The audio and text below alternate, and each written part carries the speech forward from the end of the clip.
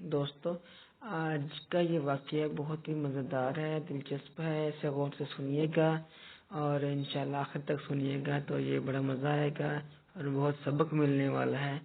تو یہ واقعہ جو ہے ابو سفیان بن حرب نے بیان کیا ہے۔ ابو ہرکل شاہ روم کا جو بادشاہ ہے، ہرکل اس کا نام تھا، اس کے پاس قریش کے قافلے میں سے ایک آدمی بلانے کو بھیجا اور اس وقت یہ لوگ تجارت کے لیے ملک شام گئے ہوئے تھے، اور یہ وہ زمانہ تھا جب رسول اللہ صلی اللہ علیہ وآلہ وسلم نے قریش اور ابو سفیان سے ایک وقتی عہد کیا ہوا تھا۔ جب ابو سفیان اور دوسرے لوگ ہرقل کے پاس ایلیان پہنچے، جہاں ہرقل نے دربار طلب کیا تھا، اس کے گرد روم کے بڑے بڑے لوگ، علماء، وزراء، امراء بیٹھے ہوئے تھے۔ ہرقل نے ان کو اور اپنے ترجمان کو بلوایا، پھر ان سے پوچھا کہ تم میں سے کون شخص مدعی رسالت کا زیادہ قریب عزیز ہے؟ ابو سفیان کہتے ہیں کہ میں بول اٹھا کہ میں ان کا سب سے زیادہ قریبی رشتہ دار ہوں۔ یہ سن کر ہرقل نے حکم دیا، اس کو یعنی کہ ابو سفیان کو میرے قریب لا کر بٹھاؤ اور ان کے ساتھیوں کو اس کے پیٹھ کے پیچھے بٹھا دو۔ پھر اپنے ترجمان سے کہا کہ ان لوگوں سے کہہ دو کہ میں ابو سفیان سے اس شخص یعنی کہ حضرت محمد صلی اللہ علیہ وآلہ وسلم کے حالات پوچھتا ہوں۔ اگر یہ مجھ سے کسی بات میں جھوٹ بول دے تو تم اس کا جھوٹ ظاہر کر دینا۔ ابو سفیان کا قول یہ ہے کہ اللہ کی قسم، اگر مجھے یہ غیرت نہ آتی کہ یہ لوگ مجھ کو جھٹلائیں گے تو میں آپ صلی اللہ علیہ وآلہ وسلم کی نسبت ضرور غلط کوئی میں سے کام لیتا۔ خیر، پہلی بات جو ہرقل نے مجھ سے پوچھی وہ یہ ہے کہ اس شخص کا خاندان تم لوگوں میں کیسا ہے؟ میں نے کہا وہ تو بڑے اونچے اعلیٰ نسب والے ہیں۔ کہنے لگا اس سے پہلے بھی کسی نے تم لوگوں میں سے ایسی بات کہی تھی؟ میں نے کہا نہیں۔ کہنے لگا اچھا، اس کے بڑوں میں سے کوئی بادشاہ ہوا؟ میں نے کہا نہیں۔ پھر اس نے کہا بڑے لوگوں نے ان کی پیروی اختیار کی ہے یا کمزور نے؟ تو میں نے کہا کہ کمزوروں نے۔ پھر کہنے لگا کہ تابع دار روز بروز بڑھتے جاتے ہیں یا کوئی ساتھی پھر جاتا ہے؟ میں نے کہا نہیں۔ کہنے لگا کہ کیا اپنے سے دعوی نبوت سے پہلے کبھی کسی بھی موقع پر اس نے جھوٹ بولا؟ تو میں نے کہا نہیں۔ اور پھر ہماری اس سے صلح کی ایک مقررہ مدت ٹھہری ہوئی ہے، معلوم نہیں کہ وہ اس میں کیا کرنے والا ہے۔ ابو سفیان کہتے کہ میں نے اس بات کے سوا اور کوئی جھوٹ اس گفتگو میں شامل نہ کر سکا۔ ہرقل نے کہا کہ تمہاری اس سے کبھی لڑائی بھی ہوتی ہے؟ ہم نے کہا کہ ہاں۔ بولا پھر تمہارے اور اس کے جنگ کا کیا حال ہوتا ہے؟ میں نے کہا لڑائی ڈول کی طرح ہے، کبھی وہ ہم سے میدان جنگ میں جیت لیتے ہیں اور کبھی ہم ان سے جیت لیتے ہیں۔ ہرقل نے پوچھا وہ تمہاری کس بات کا حکم دیتا ہے؟ میں نے کہا وہ کہتا ہے کہ صرف ایک اللہ کی عبادت کرو، اس کا کسی کو شریک نہ بناؤ اور اپنے باپ دادا کے شریک کی باتیں چھوڑ دو، اور ہمیں نماز پڑھنے، سچ بولنے، پرہیزگاری اور صلہ رحمی کا حکم دیتا ہے۔ یہ سب سن کر پھر ہرقل نے اپنے ترجمان سے کہا ابو سفیان سے کہہ دیں کہ میں نے تم سے اس کا نسب پوچھا تو تم نے کہا کہ وہ ہم سے اعلیٰ نسب ہیں اور پیغمبر اپنی قوموں میں اعلیٰ نسب ہی بھیجا جایا کرتا ہے۔ میں نے تم سے پوچھا کہ دعویٰ نبوت، یہ بات تمہارے اندر اس سے پہلے کسی اور نے بھی کہی تھی؟ تو تم نے جواب دیا کہ نہیں۔ تب میں نے اپنے دل میں کہا کہ اگر یہ بات اس سے پہلے کسی نے کہی ہوتی تو میں سمجھتا کہ اس شخص نے بھی اسی بات کی تقلید کی ہے جو پہلے کہی جا چکی ہے۔ میں نے تم سے پوچھا کہ اس نے بڑوں میں سے کوئی بادشاہ بھی گزرا؟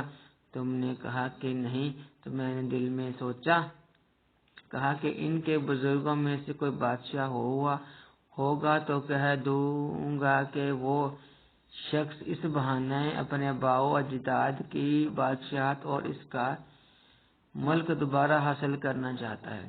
اور میں نے تم سے پوچھا کہ اس بات کے کہنے یعنی کہ پیغمبری کا دعویٰ کرنے سے پہلے تم سے کبھی اس نے کوئی داروغہ گوئی کا الزام لگایا؟ تم نے کہا نہیں۔ تو میں نے سمجھ لیا کہ وہ شخص آدمیوں کے ساتھ داروغہ گوئی سے بچے، وہ اللہ کے بارے میں کیسے جھوٹی بات کہہ سکتا ہے۔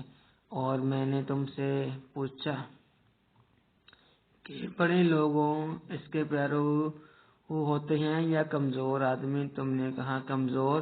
تو اس کی اتباع کی تو دراصل یہی لوگ پیغمبریوں کے متبعین ہوتے ہیں۔ اور میں نے تم سے پوچھا کہ اس کے ساتھ بڑھ رہے ہیں یا کم ہو رہے ہیں؟ تم نے کہا بڑھ رہے ہیں، اور ایمان کی کیفیت یہی ہوتی ہے حتیٰ کہ وہ کامل ہو جاتا ہے۔ اور میں نے تم سے پوچھا کہ آیا کوئی شخص اس کے دین سے ناخوش ہو کر مرتد بھی ہو جاتا ہے؟ تم نے کہا نہیں۔ تو ایمان کی خاصیت بھی یہی ہے کہ جس کے دل میں اس کی مسرت رچ بس جائے وہ اس سے لوٹا نہیں کرتے۔ اور میں نے تم سے پوچھا کہ آیا وہ کبھی عہد شکنی کرتا ہے؟ تم نے کہا نہیں، پیغمبروں میں یہی حال ہوتا ہے، وہ عہد کے خلاف ورزی نہیں کرتے۔ میں نے تم سے کہا کہ وہ تم سے کسی چیز کے لیے کہتے ہیں؟ تم نے کہا وہ ہمیں حکم دیتے ہیں اللہ کی عبادت کرو اور اس کے ساتھ کسی کو شریک نہ ٹھہراؤ، اور تمہیں بتوں کی پرستش سے روکتے ہیں، سچ بولنے اور پرہیزگاری کا حکم دیتے ہیں۔ لہذا اگر یہ باتیں جو تم کہہ رہے ہو سچ ہیں تو عنقریب وہ اس جگہ کا مالک ہو جائے گا جہاں میرے یہ دونوں پاؤں ہیں۔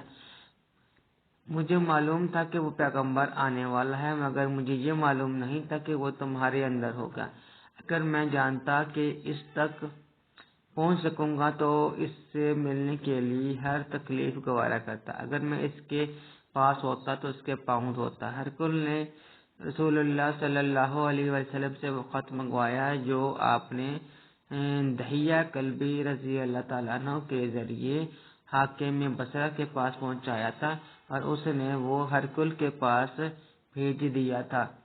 پھر اس کو پڑھا تو اس میں لکھا تھا، اللہ کے نام کے ساتھ جو نہایت مہربان اور رحم کرنے والا ہے۔ اللہ کے بندے اور اس کے پیغمبر محمد صلی اللہ علیہ وآلہ وسلم کی طرف سے یہ خط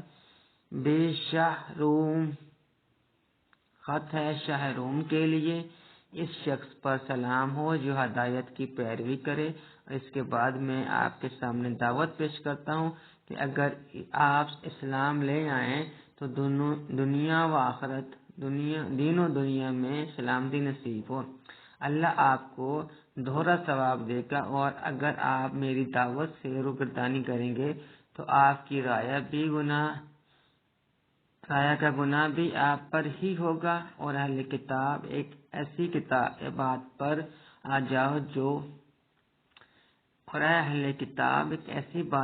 جاؤ جو ہمارے اور تمہارے درمیان یکساں ہے، وہ یہ کہ ہم اللہ کے سوا کسی کی عبادت نہ کریں گے اور کسی کو اس کا شریک نہ ٹھہرائیں گے، اور نہ ہم میں سے کوئی کسی کو اللہ کے سوا اپنا رب بنائے۔ پھر اگر وہ اہل کتاب اس بات سے منہ پھیر لیں تو مسلمانوں تم ان سے کہہ دو کہ تم مانو یا نہ مانو، ہم تو ایک اللہ کے اطاعت گزار ہیں۔ ابو سفیان کہتے جب ہرکل نے جو کچھ کہنا تھا کہہ دیا اور خط پڑھ کے فارغ ہوا تو اس کے ارد گرد بہت شور و غوغا ہوا۔ پھر بہت سی آوازیں اٹھیں اور ہمیں باہر نکال دیا گیا۔ تب میں نے اپنے ساتھیوں سے کہا کہ ابو قبشہ کے بیٹے، نبی اکرم صلی اللہ علیہ وآلہ وسلم کا معاملہ تو بہت بڑھ گیا، دیکھو تو ان سے نبی اسفرا روم کا بادشاہ بھی ڈرتا ہے۔ مجھے اس وقت سے اس بات کا یقین ہو گیا کہ نبی اکرم صلی اللہ علیہ وآلہ وسلم غالب ان قریب غالب ہو کر رہیں گے، حتیٰ کہ اللہ نے مجھے مسلمان کر دیا۔ راوی کا بیان ہے کہ ابن ناطور ایلیہ کا حاکم ہرقل کا مصاحب اور شام کے انصاری کا لارڈ پادری بیان کرتا تھا کہ ہرقل جب ایلیہ آیا ایک دن صبح کو پریشان اٹھا تو اس کے درباریوں نے دریافت کیا کہ آج ہم آپ کی حالت بدلی ہوئی پاتے ہیں، کیا وجہ ہے؟ ابن ناطور کا بیان ہے کہ ہرقل نجومی تھا، علم نجوم میں وہ پوری مہارت رکھتا تھا۔ اس نے اپنے ہم نشینوں کو بتایا کہ میں نے آج رات ستاروں پر نظر ڈالی تو دیکھا کہ ختنہ کرنے والوں کا بادشاہ ہمارے ملک پر غالب آ گیا۔ بھلا اس زمانے میں کون لوگ ختنہ کرتے ہیں؟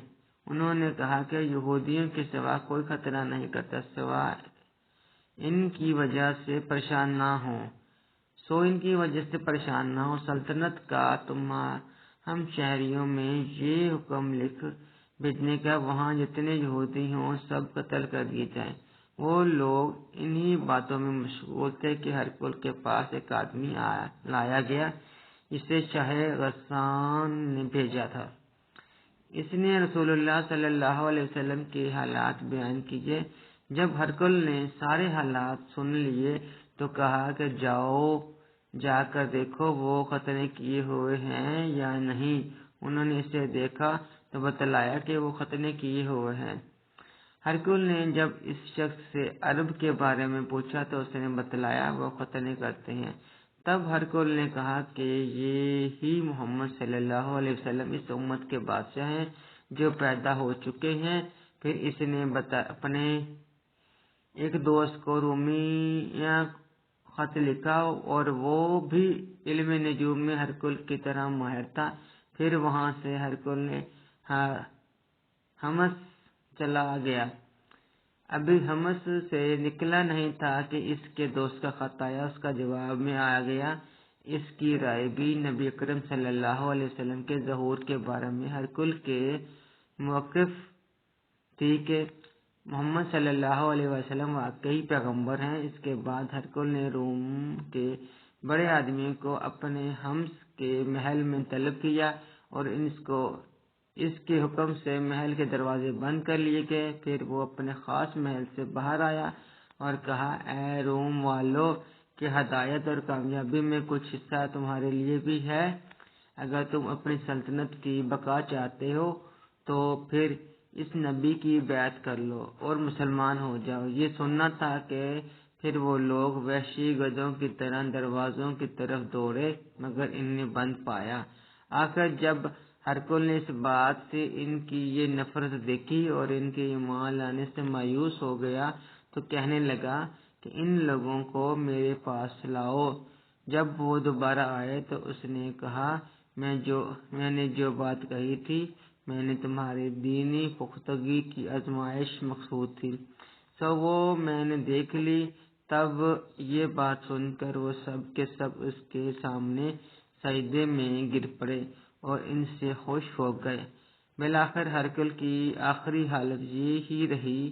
ابو عبداللہ کہتے ہیں کہ اس حدیث کو صالح بن کیسان، یونس اور معمر نے بھی زہری سے روایت کی ہے۔ یہ تھی ہرقل کی کہانی اور آپ لوگوں نے سنی۔ انشاءاللہ امید کرتا ہوں کہ سب بڑی مزیدار ہے۔ حضرت اکرم حضرت محمد صلی اللہ علیہ وآلہ وسلم کی پیغمبر کی صلاحیت، پیغمبر ماننا انہوں پہلے ہی پتہ چل گیا تھا، وہ نجومی تھے آنے سے پہلے ہی، تو ماشاءاللہ شکر الحمدللہ۔ اللہ تعالیٰ ہر انسان کو ایمان کی موت عطا فرمائے، مجھے بھی، آپ کو بھی، اس کو سننے والوں کو بھی اور اس کو آگے پھیلانے والوں کو بھی۔ آمین۔ جزاک اللہ خیر۔ اللہ حافظ۔